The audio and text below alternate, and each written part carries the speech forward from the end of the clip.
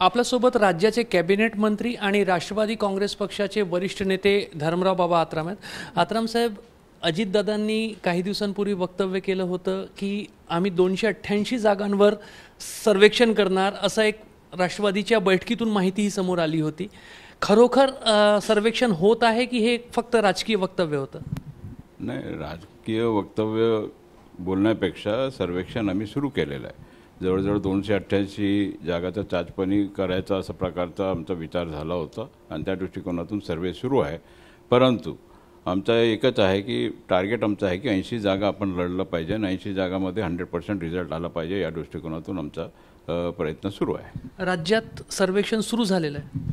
सर्वेक्षण सुरू झालेलं आहे। कुठे कुठे आपल्याला सीट निवडून येऊ शकतो त्या दृष्टिकोनातून सुद्धा आमचा विचारविनिमय आमचा झालेला आहे। आणि जे इथले जे नेते असतील विदर्भातले, जे 20 जागा आपल्याला लढायचं आहे, तिथे सुद्धा आता 6 जागा आमचे निवडून आलेल्या आहेत। त्या 6 जागा सोडून बाकीचे 14 जागावर कोणाला उभा करायचं, काय करायचं, हे सगळं चाचपणी सुरू आहे। आणि त्या दृष्टीने 100% येणारे सीटच आपण पक्षाकडून लढलं पाहिजे असं प्रकारचा आम्ही नेत्यांना सांगितलेलं आहे। तुम्ही म्हणता पूर्ण राज्यामध्ये 80 जागा आणि विदर्भामध्ये 20 जागांचा उल्लेख तुम्ही करताय, तर हे महायुतीमध्ये हे जागा वाटप एक काही तत्वतः असं काही ठरलं आहे की ही राष्ट्रवादी काँग्रेसची इच्छा आहे? नाही, इच्छा आमचा आहे 80 जागा मिळायला पाहिजे। त्यापेक्षा जास्त जागा दिलं तरी हरकत नाही, आम्ही लढायला तयार आहोत। परंतु सीट येणं हा गरजेचं आहे। महायुतीचं जे टार्गेट आहे 200 आपल्याला मिळायला पाहिजे, तर 200 सीट निवडून येतील हे आम्हाला पूर्ण गॅरंटी आहे। परंतु ते सीट निवडून आणताना आपले सक्षम उमेदवार आपण देऊन निवडून आणणं हा गरजेचं आहे। म्हणजे 80 जागांवर राष्ट्रवादी काँग्रेसकडे सक्षम जागा आहे सध्या, या मुद्द्यापर्यंत तुम्ही पोहोचलेले आहात?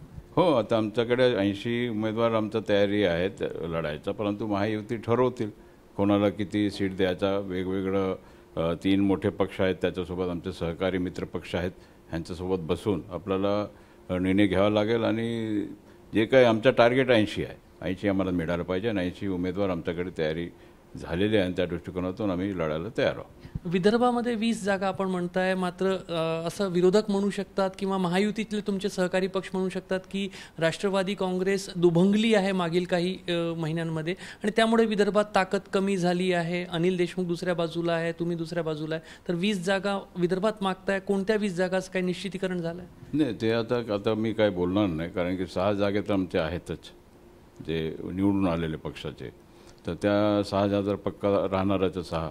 आणि त्या व्यतिरिक्त 14 जागावर आम्ही कुठे कुठे लढवायचं आहे ते प्रत्येक जिल्ह्यामध्ये आम्ही एक उमेदवार आम्ही मागणार आहोत आणि त्या दृष्टिकोनातून ते निवडून आपण आणू शकतो, हे महत्त्वाचं आहे। ज्या ठिकाणी राष्ट्रवादी काँग्रेस शरदचंद्र पवार पक्षाचे उमेदवार आहे, जसं नागपूर जिल्ह्यातील काटोलमध्ये अनिल देशमुख उमेदवार आहेत, तर त्यांच्या विरोधात महायुतीमधून भाजप लढेल की राष्ट्रवादी काँग्रेस लढेल? राष्ट्रवादी काँग्रेसच्या शरद पवार गटाच्या विरोधात राष्ट्रवादी काँग्रेसचा अजित पवार गटाचा उमेदवार राहील, असं काही ठरतंय? नाही, मग ते 6 जागा तर आमचे आहेत, ते 6 जागावर तर आम्ही लढणार आहोत। परंतु तिथे जर त्यांच्याकडे सक्षम उमेदवार असेल अनिल देशमुखच्या विरोधात लढायला, तर त्या दृष्टिकोनातून ते तिथे महायुतीमध्ये ठरवतील कोणाला द्यायचं, काय द्यायचं। परंतु आमच्याकडे तगडा उमेदवार आहे, त्या कुटुंबाचा उमेदवार आपल्याला, म्हणजे त्यांच्या परिवार नाही, पण त्यांच्या परिवार वेगळं देशमुख परिवार मोठा परिवार आहे, त्या देशमुख परिवारापैकी एक देशमुख अनिल देशमुखच्या विरोधामध्ये आपण उभा करू।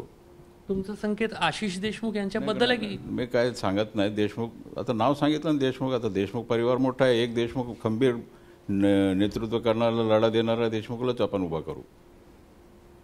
त्यांचे जे सुपुत्र आहे सलील देशमुख, त्यांची पण राजकीय महत्वाकांक्षा आहे।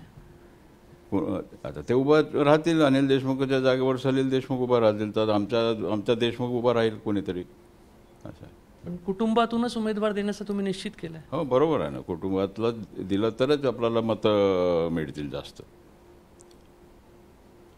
पण सध्या तरी राष्ट्रवादी काँग्रेसमध्ये देशमुखांपैकी कोणीही असा प्रवेश केलेला दिसत नाही। नाही, प्रवेश काय तर वेळेवर होते ना, प्रवेश करायला काय अडचण आहे? राजकारण काय आता ठरलेलं आहे का? प्रवेश भरपूर वेळ आहे प्रवेश करण्याकरता, नॉमिनेशन करण्याकरता। आता इलेक्शन नोव्हेंबरमध्ये वोटिंग होईल, असं आहे, तर म्हणून ते वेळ भरपूर आहे आपल्याकडे। काटोल संदर्भात तुम्ही जे संकेत देताय वेळेवरचे प्रवेश, असं 80 जागांवर सक्षम उमेदवार असा दावा पण तुम्ही करताय, इतर 80 जागांवरही अशी कौटुंबिक सक्षम उमेदवार आहेत का? कौटुंबिक नाही, आपला स्वतःचा म्हणजे पक्षाचा बॅकिंग घेऊन निवडून येणारे आमच्याकडे उमेदवार आहेत 80 जागामध्ये. तर त्या दृष्टीने आपण आता अहिरीचं आहे, तर अहिरीमध्ये तर मी आहोत, म्हणजे ते काय प्रॉब्लेमच नाही. आता गडचिरोली आहे, गडचिरोली आम्ही मागणी करत आहोत, कारण की तिथे सुद्धा आता यावेळी आपल्याला 35-30 हजारचा बॅकलॉग आपल्याला झालेला आहे. तर या सगळं विचारविनिमय करूनच म्हणजे सक्षम उमेदवार आपण दिलं तर महायुतीला बळकटीकरण मिळेल. म्हणजे फक्त आपण सीट लढायचं त्याच्यापेक्षा निवडून येण्यासारखा त्या पक्षाचा उमेदवाराला आपण दिलं तर निवडून येण्यामध्ये आपल्याला सुद्धा फायदा होऊ शकते महायुतीला. त्या दृष्टिकोनातून विचार पुढे होईल. विधान परिषद निवडणूक होईपर्यंत त्याच्या पूर्वी वारंवार असं म्हटलं जात होतं, ठाकरे गट म्हणत होता की शिंदेंकडचे बरेचसे आमदार आमच्याकडे येतील. रोहित पवार सातत्याने बोलत होते की अजितदादांचे बरेचसे आमदार 12 आमदार अशी संख्या सांगितली जात होती की ते आमच्या संपर्कात आहे. मात्र विधान परिषद निवडणुकीचा निकाल आला तर विपरीत चित्र पाहायला मिळतं.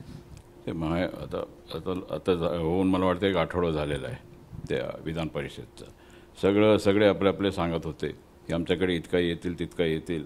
आम्ही फक्त आमचं कॅल्क्युलेशन फक्त 39 आणि 2 असं अपक्ष धरून 41चं आमचा टार्गेट होता. आम्ही पूर्ण मायनसमध्ये होतो आणि अजित पवार गटाचा उमेदवार पडतो एक असा प्रकारचा सर्वसाधारण आपण सगळं TV मध्ये आपणही दिले, सगळ्यांनी आम्ही सगळं पाहिलेलं आहे.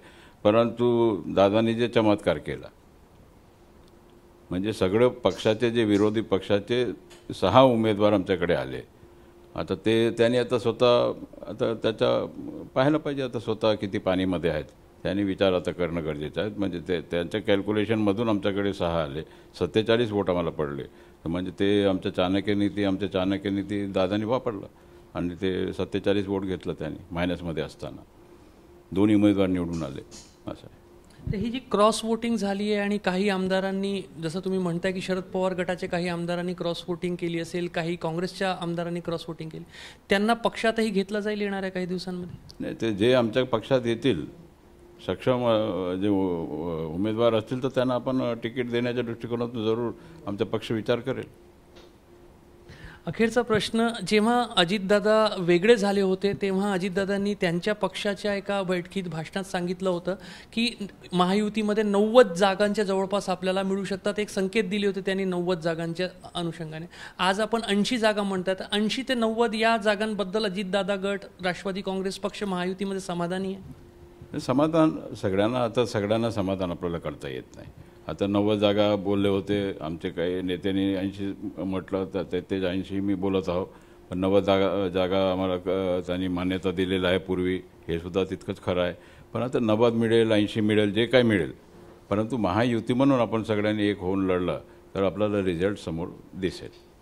तर महायुतीचं जागा वाटप जरी अद्याप जाहीर झालेलं नाही, त्याबद्दल काही कुठल्याही वरिष्ठ नेत्यांनी संकेत दिलेले नाही.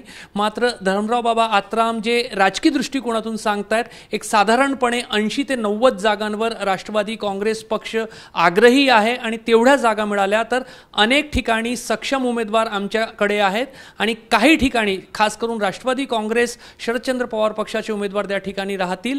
त्या ठिकाणी एक राजकीय गनिमी कावा जो आहे तो आम्ही वेळेवर करून दाखवू असा दावा ते सुद्धा करतायत. त्यामुळे येणाऱ्या दिवसांमध्ये बरंचसं राजकारण घडू शकतं असे संकेत जे आहेत ते धर्मराव बाबा आत्राम यांच्या या वक्तव्यातून मिळत आहे. कॅमेरामॅन अतुल हिरडेसह रजत वसिष्ठ, ABP माझा, गडचिरोली. ABP माझा, उघडा डोळे बघा नीट.